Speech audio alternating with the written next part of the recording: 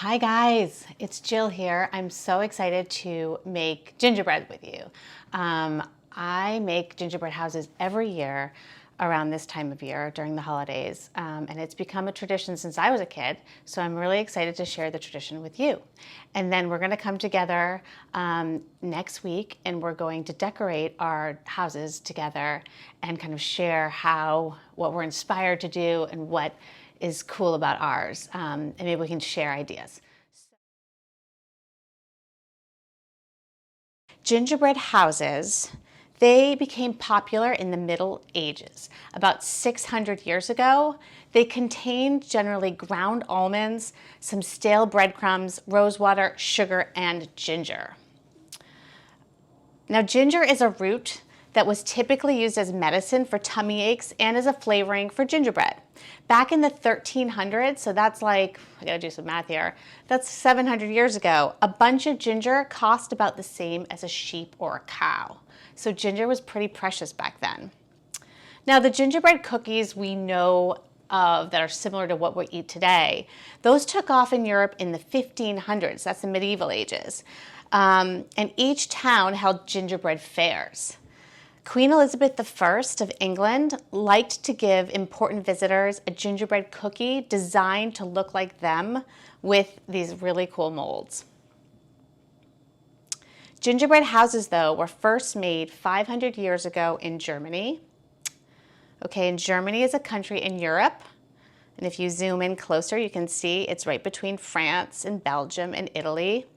Okay, gingerbread houses first became popular with the story of Hansel and Gretel. It was a fairy tale written in 1812 by the Brothers Grimm about a brother and a sister, a candy house, and a witch. And later, a folktale called The Gingerbread Man about a cookie who runs away from his baker became popular in the United States in 1875. So between these two stories, gingerbread houses became super popular. Since then, gingerbread houses have become a Christmas tradition. They can be made in many different styles.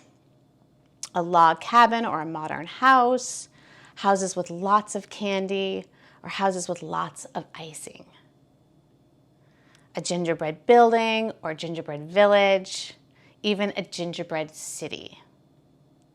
You can build yours however and whenever you want. It doesn't have to just be during the December holidays. You can do it for October. You can do it any time of year.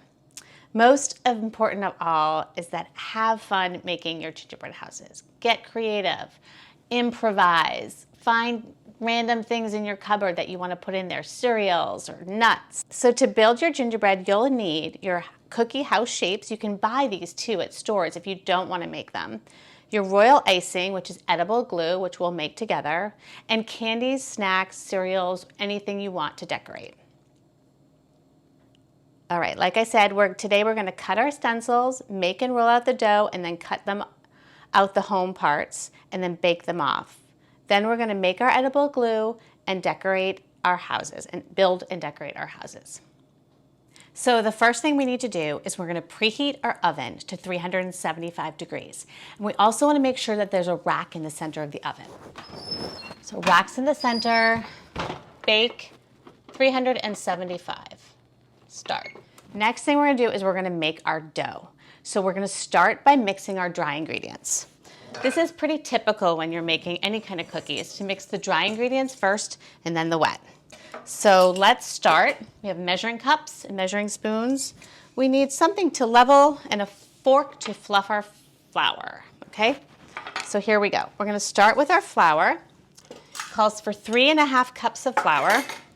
So remember, this is a real trick in baking, is that you always need to fluff your flour because we don't weigh our baking ingredients, we just measure with volume in cups, right? So you have to fluff the flour to kind of help bring it up and lighten it.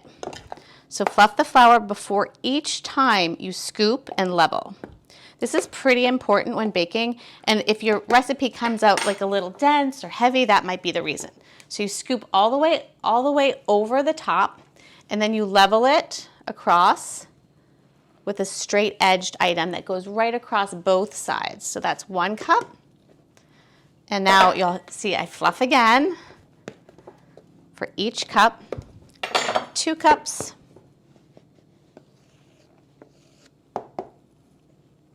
and fluff, scoop all the way over the top and level. Don't forget to count your cups. 3 cups, and now I need a half of a cup. Fluff again. Oops, almost dropped my fork. Fluff one more time, scoop, and level. That's 3½ cups of flour. And now we're gonna move on to adding some other ingredients into our dry mix. So the next thing we're gonna add is 2 to 3 teaspoons of ginger. If you like things really gingery, then you're gonna wanna do 3 teaspoons or 1 tablespoon. So you're just gonna do the same thing. You're gonna level it across. 1,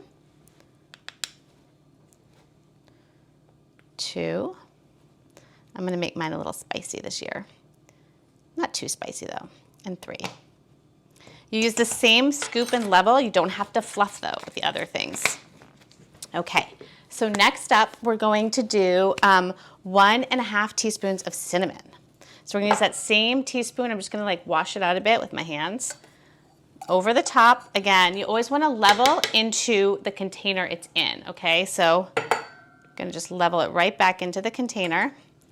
1 and 1/2 teaspoon is a little, just half as small as 1 teaspoon. 1½ teaspoons of cinnamon. Okay, done. Next up is 1 teaspoon of baking soda. We're using baking soda because it's going to react with the molasses, which is an acid, and baking soda is an alkali. If we didn't have the molasses, we used baking powder, but we're going to use just baking soda. So we're doing 1 teaspoon of baking soda. And you can often use the little leveler right here in the box if it has one of those. You can just level it right in the box. And if you don't scoop it correctly, or if it like there's a big hole in it, you got to do it again. So I have to do it again. There we go. So 1 teaspoon of baking soda, 1/2 teaspoon of ground cloves. If you don't have ground cloves, you could probably also use a little allspice. Okay, so 1/2 teaspoon of ground cloves and 1/2 teaspoon of fine salt. If you have only kosher salt, you probably could double it to 1 teaspoon. But 1/2 teaspoon of fine salt. All right, that's all our dry ingredients. So this is really quite simple. You're just basically gonna take it and just give it a good mix until all these ingredients are well combined, until they look homogeneous. Big word, basically means all the same. It's all mixed equally. Okay, we're gonna set that aside over there, and we're gonna keep now working. Next up, we're going to beat our butter. Now, you need 1½ sticks, 1½ sticks of unsalted butter. If you have salted, that's fine. You can just lower the amount of salt that you use from like 1/2 teaspoon to 1/4 if you only have salted butter. Okay, and you're just gonna drop it right in there. Make sure it all comes off. 1½ sticks, or 12 tablespoons. Okay. Before I start beating it, because it's gonna get really loud, I'm gonna measure out my other ingredients. So I'm gonna move this over just for a moment. Whoa, come back. Okay, so now what I'm gonna do is I'm gonna measure out my molasses. Now molasses is an ingredient that's a little tricky. You wanna make sure that on the back, it just says molasses. Okay, now blackstrap molasses is a totally different thing. It's still molasses, but it's been reduced so that it's really dark, quite bitter, and less sugary. It also is quite salty. So you wanna make sure that you get regular molasses, not blackstrap. And like the Whole Foods brand doesn't say blackstrap on it, but if you look at the bag and the ingredients, it says blackstrap.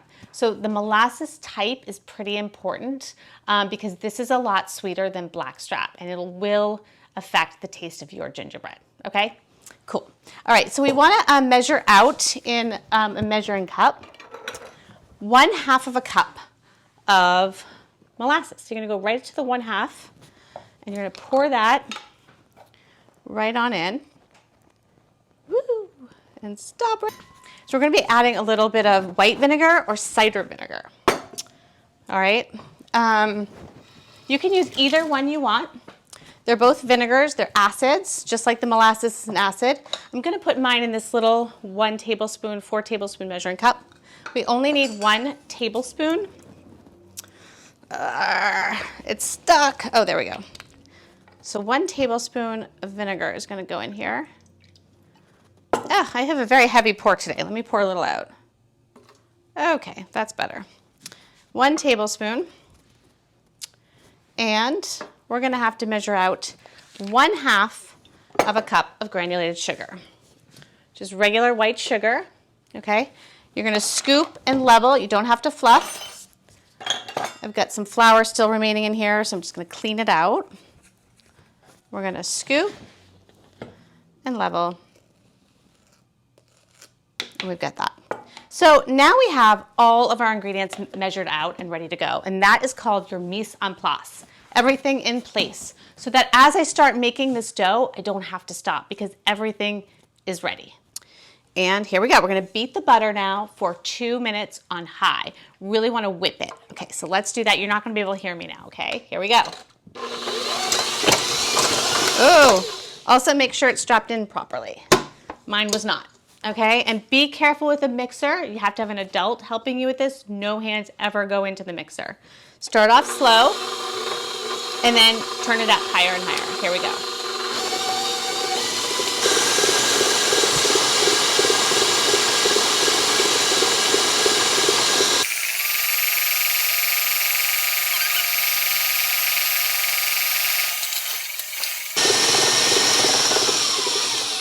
All right, that is sufficiently soft and beaten butter.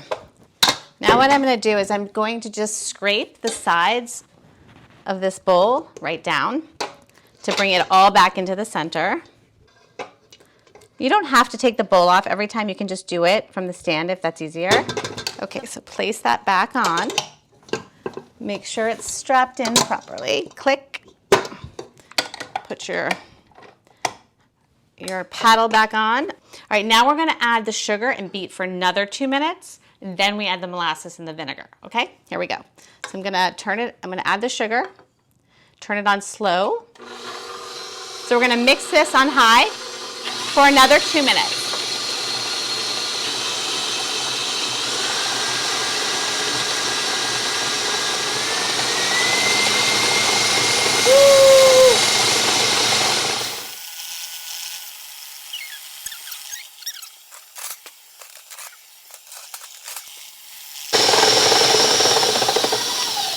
All right, cool. So those little fat globules that are in the butter are now have little granules of sugar in between them.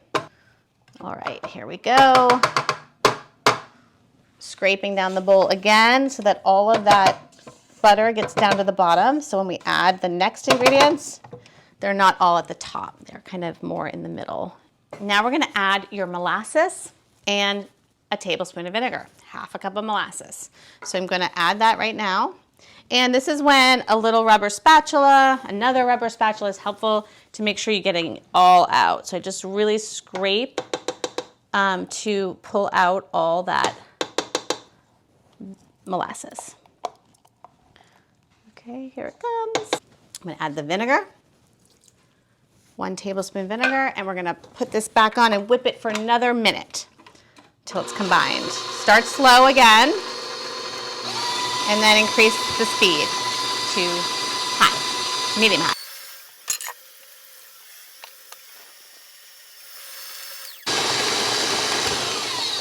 All right, and now I'm going to do the same thing again. I'm going to bring everything down from the sides of you can take off the paddle if you need help.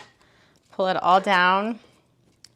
And pull all of this in, some butter that didn't get in. Pull it all down from the sides. And then we're gonna add our flour. So this is kind of the last step. You can see now it's got that beautiful brown gingerbread color. So we've got the color. So here we go. Now when we add flour, the rule is you'll see this in every recipe that calls for like cakes and cookies and things that are really like not chewy. They're really tender.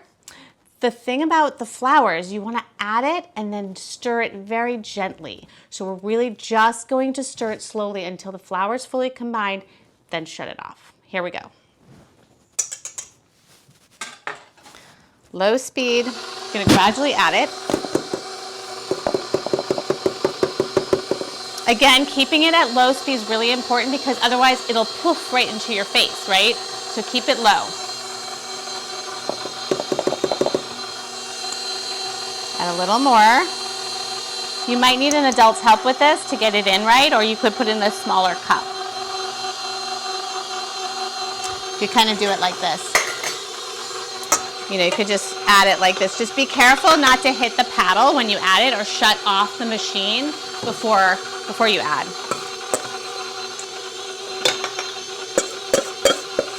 I can smell this spices. Yummy, yummy.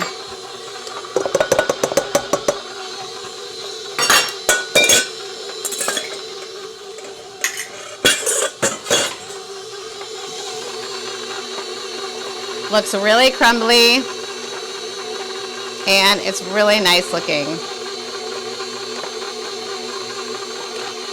Oh, I didn't mean to turn it on high. Okay, so we're done, and I'm gonna just take this off. You're gonna scrape down with your finger or the spatula all the excess dough on the paddle.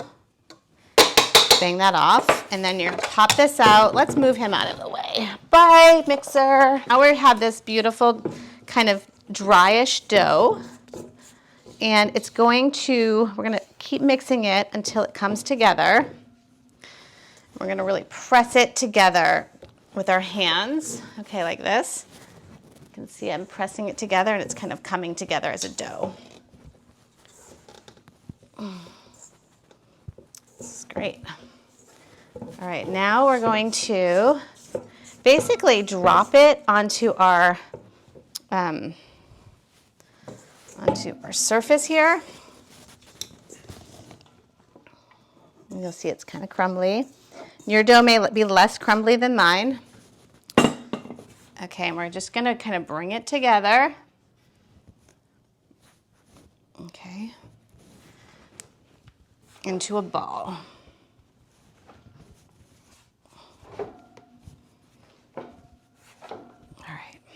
Great. So now we're going to separate this into 2 gingerbreads.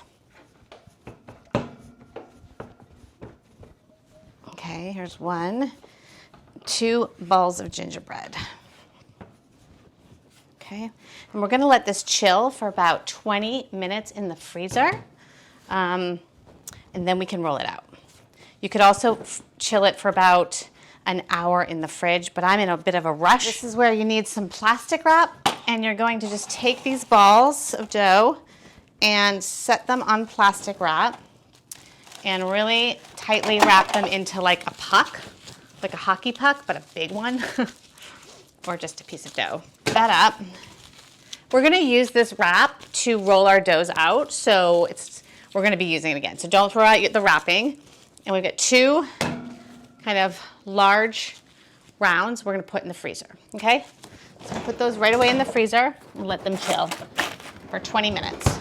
While we're letting them chill, we're gonna now make our stencils. If your dough is a little drier than mine was, you can add a little more vinegar. Just add it drop by drop to the mixer so it really combines, okay? So if it's a super dry dough and it's not coming together at all, that's what you should do, drop by drop, add a little vinegar or water. Okay, so now we're going to make our stencils. In the packet that I gave you, you can print out this little stencil printout. And what we're gonna do is we're just gonna cut along these stencils.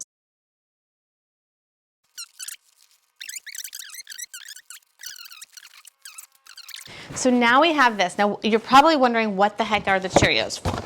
Well, the Cheerios are gonna be my stencil because I don't have, if you have like some kind of hard stock paper, that's fine too. So I'm just gonna cut my box of Cheerios down the side here. You want to keep these nice sides clean and ready to use. And then we can just kind of rip or cut along here to open the box up. Okay? There. So now we have this box kind of opened up, And we're going to just draw our different stencils on here. We're just gonna kind of do this along, and we're going around and around and around. Move those away. Line it up. Okay, and right along.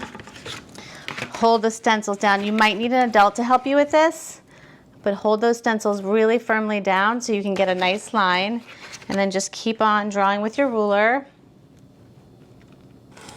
to create your front. Now you can save these stencils year after year. Once you've got them made, I save mine every year, and then I don't have to make them every year. So that's really helpful. I forgot one part. It's really helpful if you're gonna make this a tradition, because then you've got your stencils made. But if you throw it out or lose it or something, you've got a backup. You've got the printout, which you can just redo making these stencils again. And if you find something's off, just do it again until it's right, okay? So here's one. My pen's not working. Let's try this for a third time. All right, let's try again. I think I'm just writing on the stencil instead of on the box. There we go. All right, and now we're gonna do this hardstock part here. Hardstock roof. In fact, I'm gonna make the chimney right in here. So I'm gonna make my chimney, watch how easy this is. Here, I'm just gonna place it in, right next to it, cool. And then this right next to that. So it's like exactly next to it. Okay, cool. So turn this and start making your lines again.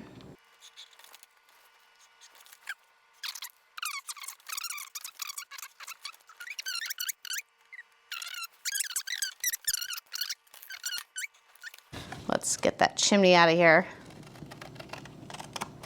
And like this, ta-da! Yay, chimney. You can also do, if you don't want to use that chimney or bake a chimney with bread, the gingerbread, you can also just make a chimney with your candies. Like Twizzlers really make great candy. Twizzlers or like Twix bars make great chimneys. Yeah, that kind of thing. So I'm going to just quickly label these. So this is the side of the house. Okay, I'm just putting a quick label on it. So roof of the house. And the front and back of my house. And chimney. This is kind of obvious, but always good to label in case you forget next year. Here's all our stuff. Now we're ready to roll out our dough, and we're gonna cut. Roll and cut. Okay, so we've been waiting for 20 minutes. We're now gonna take out our dough in the freezer. And we're not gonna work with both doughs at the same time, so I'm gonna keep one in the fridge and just work with one at a time. All right, so now what we wanna get is a rolling pin. Nice, heavy or lightweight, whatever rolling pin you have. If you don't have a rolling pin, you can always use a wine bottle. Just dust it off before you use it. But wine bottles are totally acceptable. So what we're gonna do is we're gonna unwrap this, and we're going to lay it. I'm gonna move over to this side. I think this is better to do it over here. I need a nice surface that I can roll it out on. And move my baking sheets over. So I'm gonna roll it to the dimension of this plastic wrap. And I'm gonna rotate this. This is like the longer way, so I'm gonna rotate that down. And I'm gonna place another piece of plastic wrap that's about the same length over it. Now, there are all different ways you can do this. You don't need plastic wrap, but I like to use plastic wrap because it keeps it together, especially with this kind of dry, crumbly dough. It's kind of good to have it stay together. So if it's really solid like this is, I'm gonna just bang it a little. Hold your ears.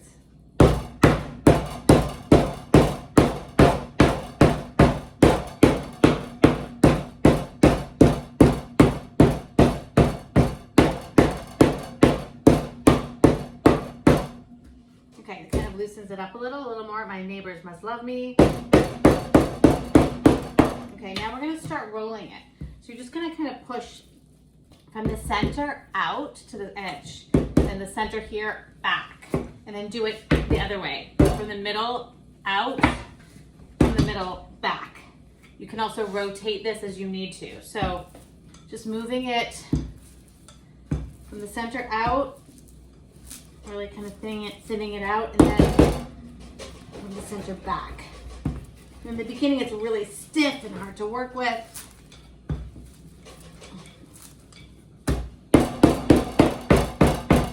Now I'm going to keep on working. Now, if it starts to like crack, like it's cracking here, you just kind of squeeze it back together so that the cracks are more uniform. It's not uniform. Okay, and then after a while, every now and then you're gonna have to take off the top of the plastic wrap. Okay, replace it on.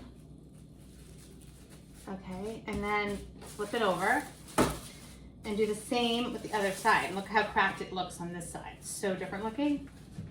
I come a little closer to you so you can see it a little better this time. All right, so what we're gonna do is we're just gonna keep on rolling it from the inside to the outsides and kind of patching it up.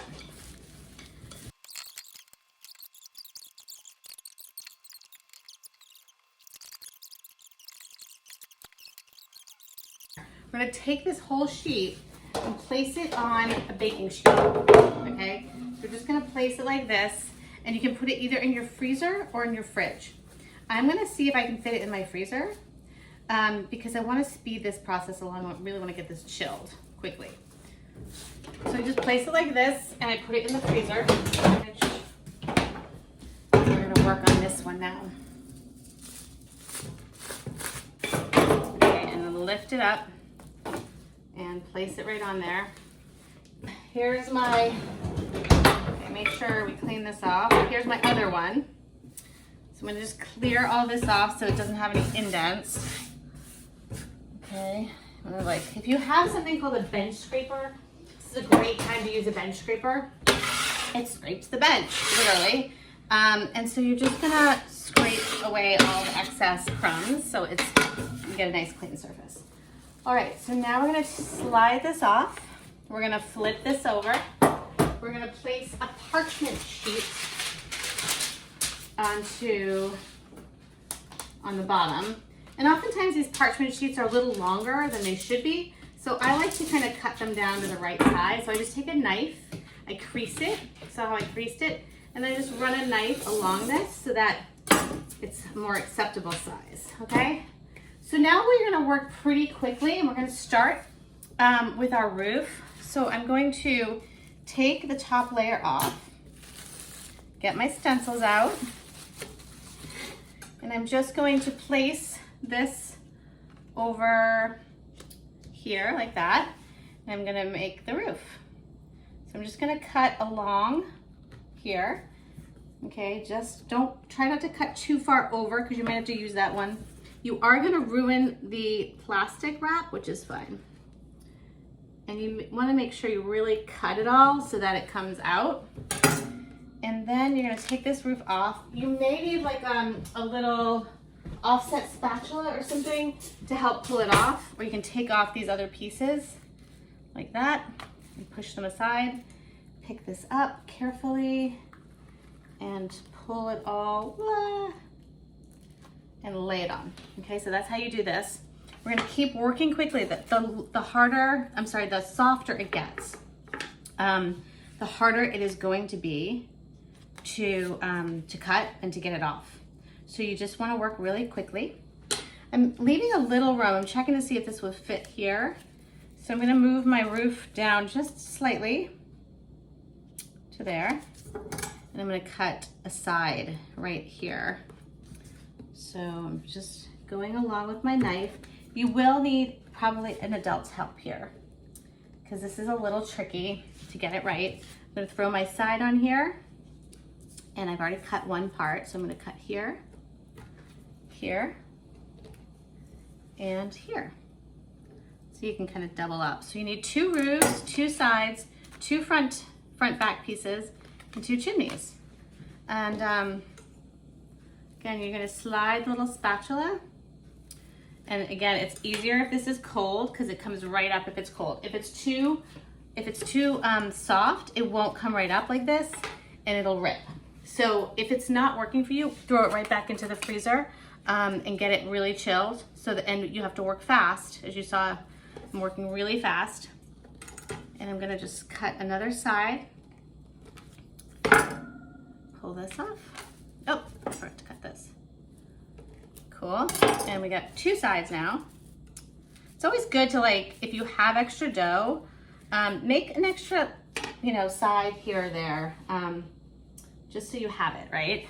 And then I'm gonna put my chimney. I can make a chimney here. So I'm gonna lay these down and make a little line. Doot, doot. And then do it all again. So I'm gonna make line. Doot. I'm picking this chimney up, placing it on, and one more. Okay. So now you have all this dough left over. What do you do with that leftover dough? Well, we're gonna make people with it. Okay, so just throw it. Oh, that piece fell down the little hole. Okay, now this is all kind of ruined, this plastic, because I cut it. No, it's actually not ruined. So what I'm gonna do is I'm gonna collect all the dough I have. It's a bit brittle. Collect it all, reshape it into a ball, into another little hockey puck. Okay, and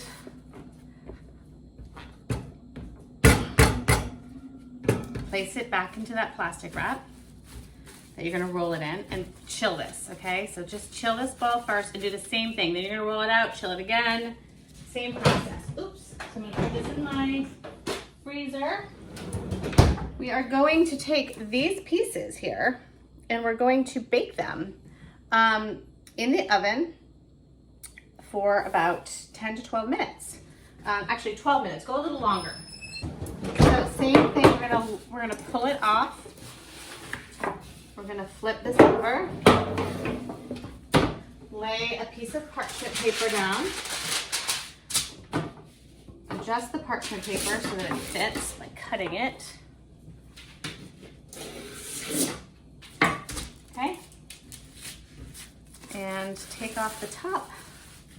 We need our front and back. So I'm gonna make sure I have nice clean area. This I'm not gonna use. You can see this area here I'm not gonna use.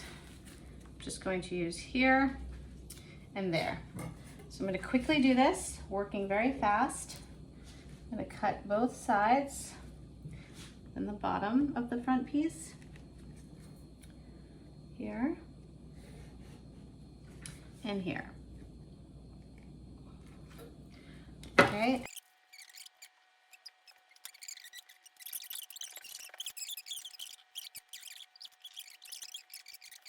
Okay, 6, so I'm gonna put it in here on the bottom. You can also, if you're going in, you rotate the pans, right? Just so that it more evenly cooks.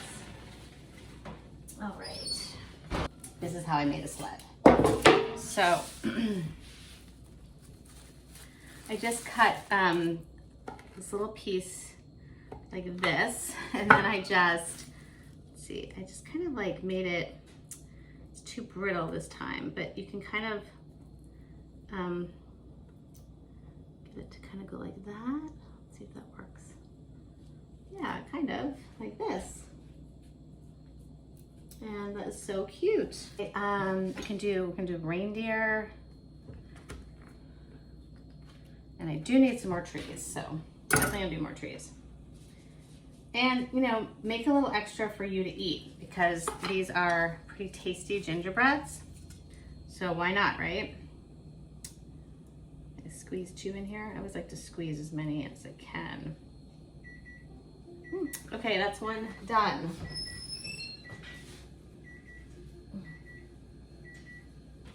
That's the top one. So that is nicely, see how dark it is on the sides? That's okay. I do need to set my timer for another 6 minutes. Timer 6:00. Okay, it's looking good. Set this on the trivet.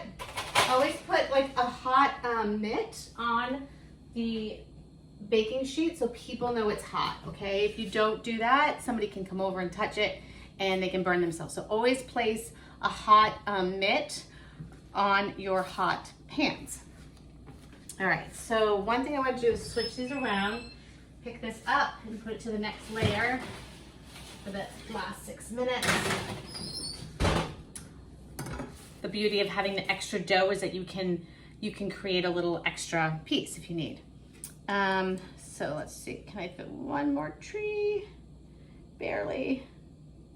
Look at that, I think I'm gonna get it in. Here.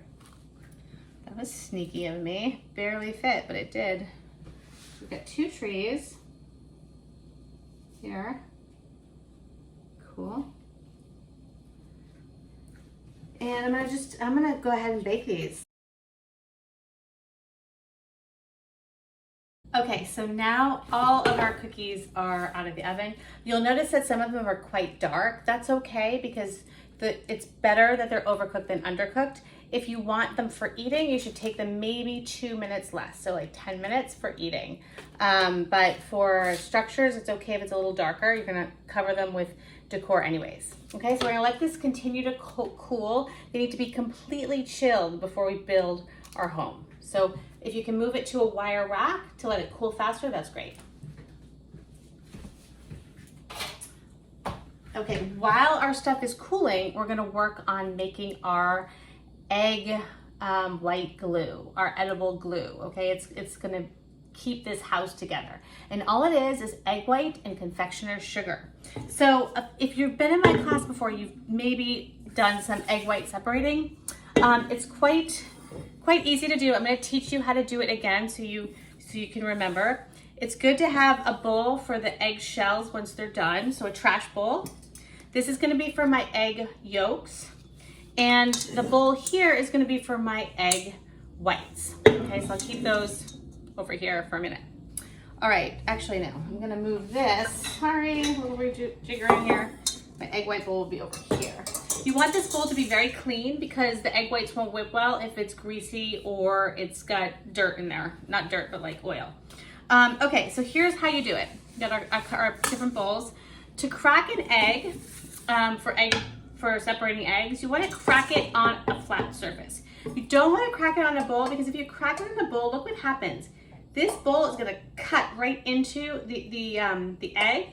The shells kind of go inside the egg, and it also can break the yolk. So tapping it on a flat surface is a much more gentle way to do it, and it's just easier. So tap, tap, tap. You're gonna find that little like area that's broken, and you're going to place your hands, your 2 fingers into it. You're gonna go over the bowl with the yolks. So place your 2 fingers into it, break it, and then you just kind of open them up. There's a couple ways you can do this. You can go back and forth between the shell, or you could just drop it into your hand, through your hand. So I like to just dump it in through my hand and separate it that way. I find it's faster than doing it in the shell. If you're kind of wigged out by that and not so into it, just tap it on the surface, find the place, the hole, separate it, okay? And then you can pass it between the 2 shells if you have 2 halves. Now, what happens if you get an eggshell, which is inevitable? It always happens. What do? Well, you can try to fish it out with your finger or spoon, but the best way to do it is actually to use the shell of the egg. Why? Well, the shell of the egg, if you feel inside it, it's slimy, and that slime is attracted to the eggshell itself. So if you get an eggshell in there, let's take a little piece out and drop it in there. You can't really see this, can you? You use this eggshell to kind of scoop it right out. It's attracted to its own shell, and it comes right out. Otherwise, if you do it with a spoon or your fingers, it can like kind of try to run away from you. It's really funny. So try that, those 2 methods, and see what works for you. I like throwing it through my fingers. I think it's a little faster. It's definitely slimy and messy, but I find that it just goes faster. And then I just wash my hands after. You're gonna have to wash your hands anyway because you're touching eggs. So you should always, because of salmonella, you should always wash your hands.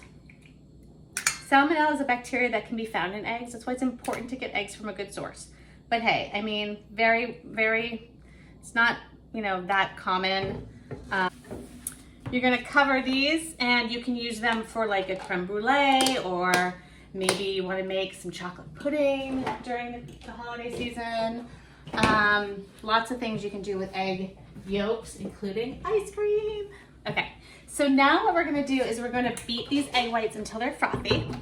And then we're going to, here they are, egg whites. We're gonna use a whisk attachment this time. So the last time we used a paddle attachment, this is the whisk attachment. You're going to place that into the beater. You're gonna pull it up and you're gonna start whipping it on high until it gets frothy and like foamy. So watch what happens. Move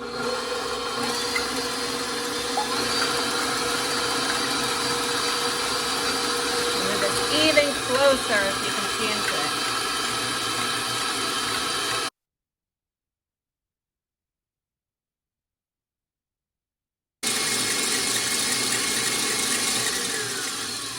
Okay, as you can see, they're really frothy now.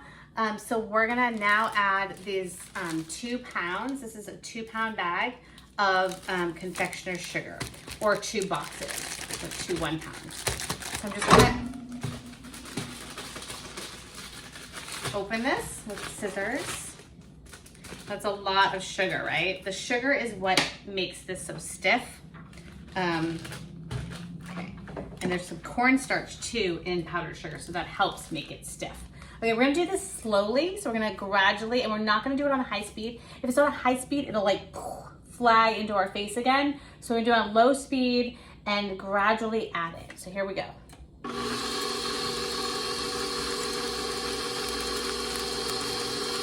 Go up a little faster. And just kind of dump it in carefully.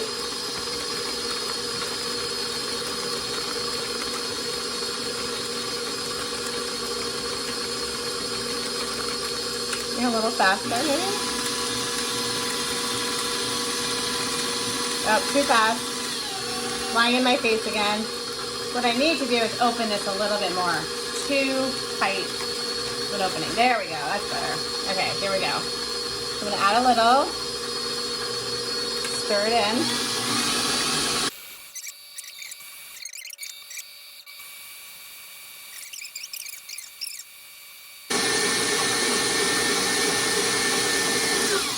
When it hardens, the edible glue will really harden and really stick things together. Okay, so how do you know it's done? Well, you know it's done because you can draw a line, hold a line, and it will hold the line. See how that's holding the line? Like snow, a snow track? That's how you know it's done. It's holding the line. Okay, and you want it thicker than looser. It's always better to have thicker than not too much than not enough. Now, with this amount of, this is a lot of frosting, we're going to set aside 1/3 for kind of the decorating on your house, like when you want to do swirls and like decorate the trees and such. So we're going to set aside, just eyeball it, about 1/3 is going to go into a bowl that is going to become your decorative stuff. You don't need a lot for this, just 1/3. The other 2/3, the rest of the bowl here, is going to be to build and to actually construct the house and keep it together. And this is going to be extra too. All right. So this is what we do. We're going to set that aside. That's the decorative. We're going to put food coloring in it and make it look cool. With this white stuff, we're going to actually use a piping bag. Okay, so you can either use a Ziploc bag or you can use one of these little bags, a piping bag, or you can use like a squirt bottle. If you have a squirt bottle with a little top on it, you can use that and you can cut the top to the right size. So if you need it thicker, you just cut off the plastic top. So that's another option. But the easiest thing to do is to use one of these just quart container bags, a Ziploc. So what I would like you to do is find a cup that you can put these in. So let me show you. What you're gonna do is you're gonna take your hand, all right, and put it in. And with this one, okay, this is a little different than the Ziploc. This has something called a coupler attached to it, which is a little, it's like a 2-part thing, a little twisty, and it's at the top, and you can put different lids on it. So here's one lid, and then you'll put this on top, and you've got a little piping bag. So if you have one of these are really cool to use and fun to use, because then you can change the tip to be a smaller tip versus the bigger one. You can make it have little, like, it can be more of a decorative tip, so a star-shaped tip. So what I'm going to do is, for this one, I'm going to place the coupler bottom part all the way in, as far in as I can get it, so that the hole is at the front. Squeeze it. Okay, then I'm going to just kind of figure out where I need to cut it, which is around there, just below the tip. I'm going to take it back out and then cut it straight across at the spot that I marked, and then it should come right up to there. See how perfect that is? All right, so I've got that in. I am going to then place my little circular piece here. And I can change the tip later if it's too small. That should be about the right size. I'm going to put the top on, twist it on so it holds. Good. And then I'm going to place it into a pint glass or this glass. And then I'm going to lay the top kind of down over the sides of the glass, okay? Like this. So I can fill the frosting in here, okay, the edible glue. I can do the same with this Ziploc bag. I open the bag, I put my hand all the way to the corner, I place the corner into the cup, and then I'm going to fold the bag over the cup, keeping my hand in there, okay, so that there's a little cavity where the frosting will go, the edible glue. Okay, so let's start. You're basically just going to scoop. And if this is too big of a spoon, which it is, you should use a smaller spoon, something a little bit smaller, to kind of help you scoop and get it in. All right, so you're just going to press it in. It's really thick frosting. Just press it on in. Okay, that looks good. And we can do a little on this side too. Do a little more over here to show you how you can use both glues. Now you want to leave a little bit of glue for the bottom, the base of your home. But I've got quite a bit of glue in here now. And basically then you pull this up and you squeeze it down and you twist it at here. Okay, and then you've got a spot. You can cut this to the size that you want to swirl it out. All right, for now I'm going to put it back in here. When you store these in your refrigerator, like if you want to make these a few days before, you can. Just squeeze this with like maybe a clip or a rubber band to keep it from getting hard. If this is open, it will harden, okay? So keep it closed, it will stay fine. And keep it in the cup in the fridge like that. I'm going to do the same with this one. I'm going to place this up, pull it up. Notice it doesn't get dirty. This method prevents it from getting really dirty on this top area, which just makes it really nice. And then you're going to squeeze it in, and again, kind of push it all to the bottom. When you're using these, the goal is to kind of keep pushing it down and twisting this area here. And when you hold it, you actually hold with your fingers the twisted area to keep it tight, and then you squeeze with these fingers here to let the glue come out. See how it's coming out already? So I'm going to store it in my little container. And if you have a clip or an elastic band, it's a great way, especially with kids, if they can't hold it, to kind of clip it and it stays contained. Okay, so I'm going to keep these out for a moment. Now with these, we're going to actually add some food coloring to these. And we're going to put them in different piping bags and use them to decorate the Christmas tree or the snowman, or different parts of our house. So maybe you want to make a wreath. So we're going to like divide this into little bowls. And with this, I'm going to add some food coloring. So this is the fun part. You get to take out all your different food colorings and decorate. So I have a green. I usually go green, red, blue, or yellow. So I think I'll do green, red, and yellow. So let's just add a few drops at a time. Here, let's see. Oh, did I not open this? All right, a few drops of green first. This is the gel.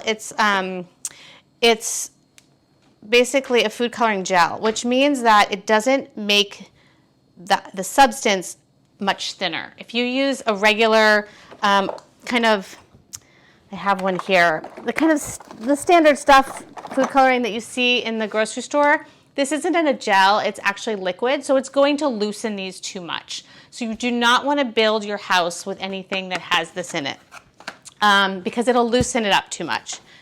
The gels are nice, but not necessary. You can still use them, and you might just need to add a little bit more powdered sugar if it gets too thin. So you're going to add a little of the gel, see how the color looks, and then add more if you need. Okay. It's a very bright green. I might want it a little darker so then I can keep adding a little more green. The red, this looks good. Oops, I got a little green in there, my finger. Okay, just stir it all up until it's fully combined. Looks good. And then I'm going to add, and this is where you need kind of a paper towel because it gets messy. I'm going to add a little yellow to this. Oops. Okay, and use different spoons for each one. And I'm going to add a little yellow here. These are very, they do stain, so just be careful not to get it all over your clothes. This is why aprons are important. All right, the yellow looks great. The green's a little light, so I might add a little more darkness to the green. Get a little darker. And the red's a little pinky, so I'm going to add a little more red. It's pretty fun using food coloring. Okay, so here's the red. I'm hoping to get a little darker. That looks good. It's still going to be a little pinky, but it's fine. All right. And the green.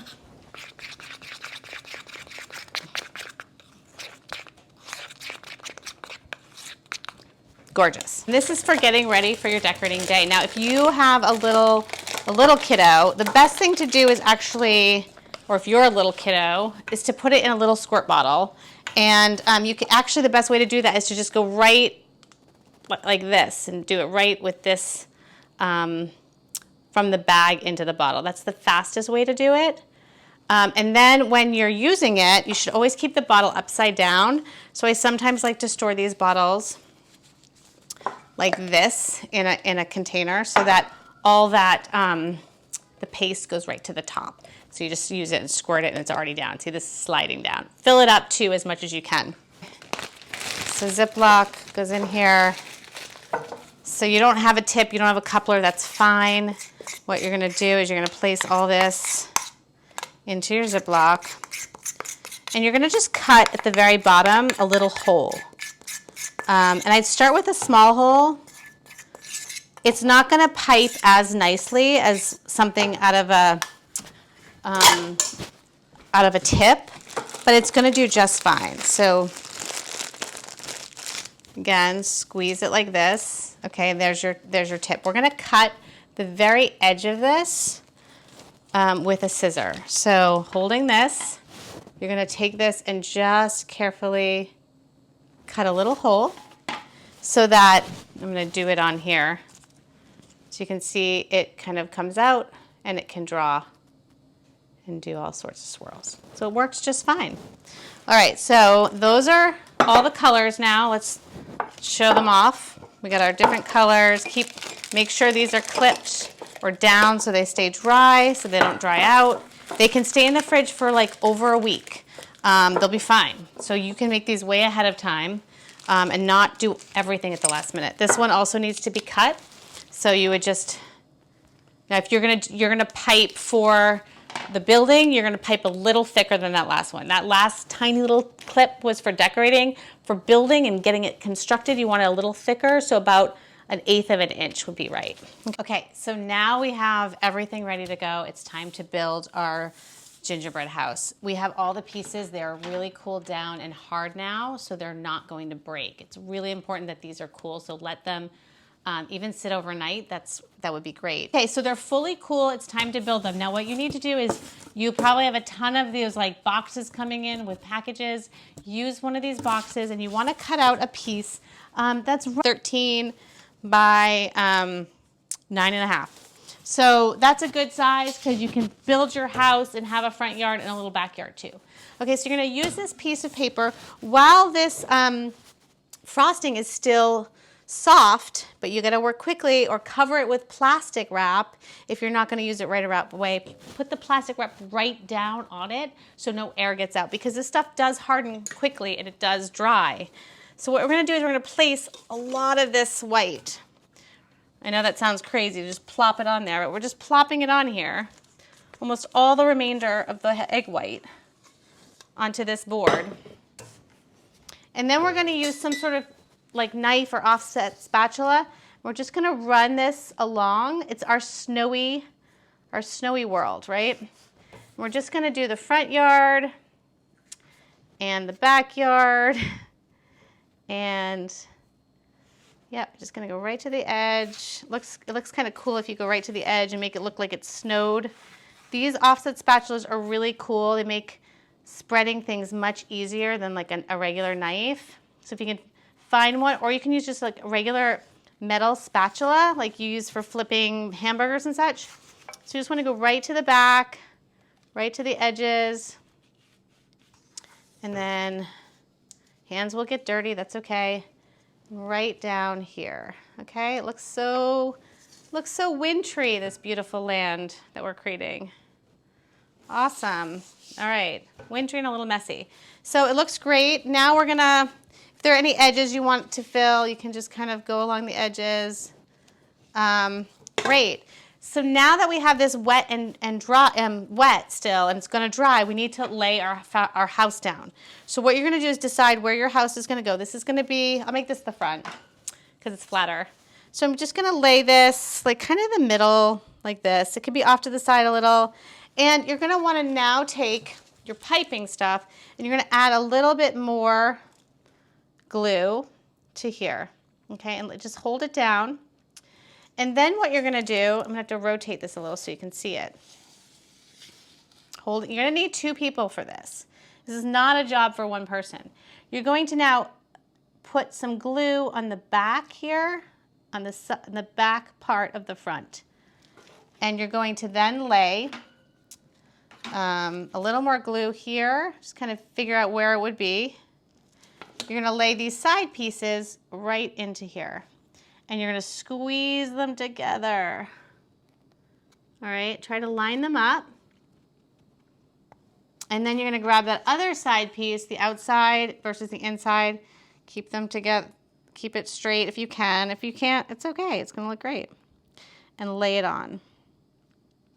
And you're just really going to hold these together, like squeezing them together for a little bit. Don't push too hard because you'll break it. It already is kind of holding. It's kind of amazing how fast this stuff holds.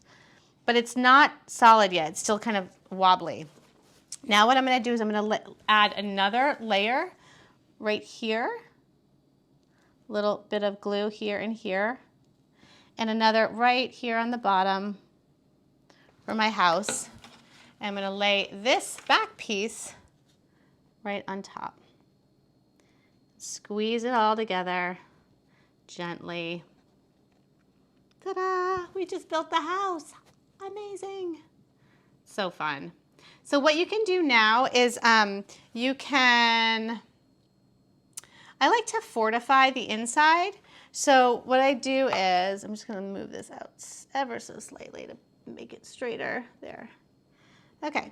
I like to fortify the inside by just kind of piping in a little bit of white right into the corners and down the side to really fortify it. And then sometimes I just like rub my hands into it.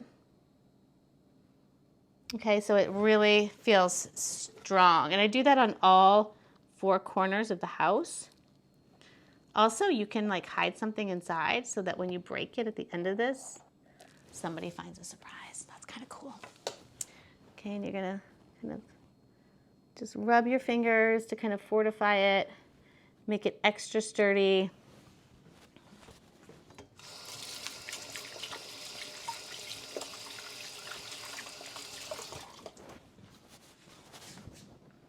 Now you don't really want to put the roof on. Don't want to put the roof on until this is dry. Okay, so it really has to harden and dry before you can add the roof. If you put the roof on too soon before it's dried, the roof will just slide. Well, it actually can make the whole thing collapse. So definitely don't do that. Every now and then come over and like just kind of squeeze it together. Make sure it's staying squeezed. Now, if you bought a package that already has the glue made, a lot of pre-packages have them, you just add a little water. This is gonna probably be enough, but you won't have enough for the snowy base. So if you wanna make the snowy base, you can just, do what I did and do 5 egg whites to 2 pounds of sugar, or you could have that and do like 2.5 egg whites to 1 pound of sugar, okay? The snowy base really kind of sets the scene. It's really cute, but it's definitely not needed. And you're gonna be able to create any kind of, base you want. So you can just put lots of little candies down. And if you were doing this the same day that you're decorating, you start putting the things right on here because they will stick. So if you wanna make a walkway, this is a great time to do it, like right away. In fact, maybe I should go get my candies and start doing that. I think I will. Okay, so now I'm back. I've let this completely dry, and I'm gonna add on the roof. So the roofs. So what I wanna do now is I'm gonna just place this, this egg white mixture, this glue, right on the side of the house, and do it on both sides. And then sometimes I put in a little white here. It may not stick to the roof, but we'll see. All right. There we go. Now, if you're worried that like the lines in the are not like even, you can cut these back down to the size, but it's not necessary. So what I mean is, let me show you. I'm just gonna hold this. You have to hold it down for a few minutes, and it helps to kind of reinforce the middle here, the side. I'll just show you how I'm doing that. So I'm you're not gonna be able to do this on the second one, but you can do it on this one. You can kind of just reinforce it right there. And you're gonna need to kind of hold it up because it will try to slide down. Okay, so you're gonna have to hold it for a minute or so. Okay, so so what did I mean before when I was talking about, you can recut it? Well, if you're worried about the shape that you cut, that it's not flat on the bottom, it won't stay straight here on the bottom, you can recut them. So you line up your template over it, and you can kind of go over it so that it's ever so straight. And so look how I do that here. If you want to like cut the roof so it's a little bit straighter to your stencil, you just kind of saw it back and forth along that line, and it will break and it'll make it really nice and straight. So if for some reason your shapes are domed or they baked funny and they spread, you can recut it. Just lay these stencils on and use a serrated knife and just kind of go over it again, okay, to straighten it up. But most of the time, they're gonna be correct. They're gonna be accurate. So this is looking great. I'm now gonna put the last part of my roof on so I can reinforce it here with a little glue, and then here. And don't be shy with the glue. If for some reason you find your glue is not holding, it might be too thin. This is rare, but it can happen. And what you should do is just add a little bit more confectioner sugar before you pipe it. So it's really important, but it should work just fine. So you're gonna line them up. This looks adorbs, truly. And got a little backyard and a very big front yard. So I'm gonna just kind of squeeze these together gently to hold it for another minute. And then I'm going to fill the top with a little snow up here. I'm going to just reinforce it here at the top and And sometimes I like to just kind of add a little icicle. Sometimes they fall nicely if you kind of pipe it ever so in a certain way. It can sometimes work where it makes a cute little icicle. Yeah, that's kind of cute. And if it doesn't fall as nicely, you do it again. Oops. Yeah, that works. It might fall anyhow. Oops. It's looking like a messy icicle. Well, we'll make that work. That's fine. All right, so just hold it together a few more minutes. Now, another thing you can do is when you're baking this, if you want to, you can cut a door out of it early on. You'd have to do that early on though. So it didn't, you know, that's something I should have told you earlier, but you can do it next time. You can draw a door in. Or you can take one of your other cookie cutters and, like, you know, make a little door, one of your shapes. Like, for example, if you have an extra siding and you want to make this a door, you can just use the serrated knife again. Let me show you.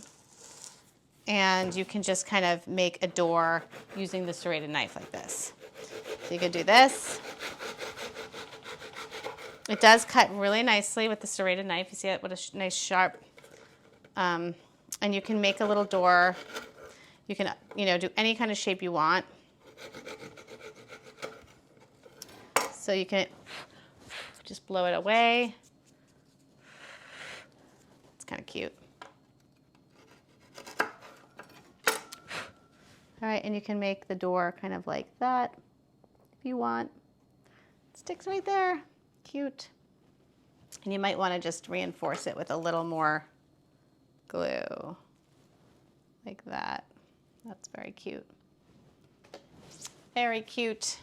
All right, so hold this together. Keep coming over and like squeezing it together because it is going to take a couple of minutes for it to dry. And kind of squeeze it all in.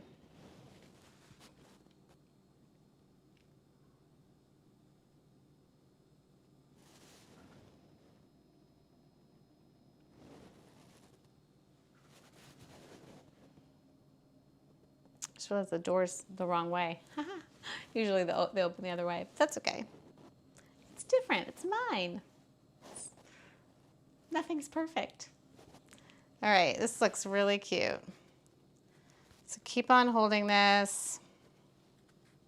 I can feel it kind of slipping, so I'm really going to hold it down. At this point, too, you can add your chimney. So to add the chimney, you can decide where you want it. And what I usually do with the chimney is I take the two pieces, I line them up side by side, one on top of the other, like that, and I just glue them. So I just kind of put a little glue there, glue it together, makes a little gingerbread chimney sandwich. And then you can, like, you know, if you want, you can kind of take off the sides, take off that side, and sometimes they're not. Oh, dearie, I messed that up too. Let me flip that over. All right, now that you want to line them up. Don't want to line them the wrong way. So that's fine. I'm going to decorate these later, so it doesn't matter. So I'm lining them up the same way, like that. What a mess my chimney has become. And now I'm going to lay it on here. So I'm just going to make a little spot and find a good spot to put it and just kind of stick it on like so.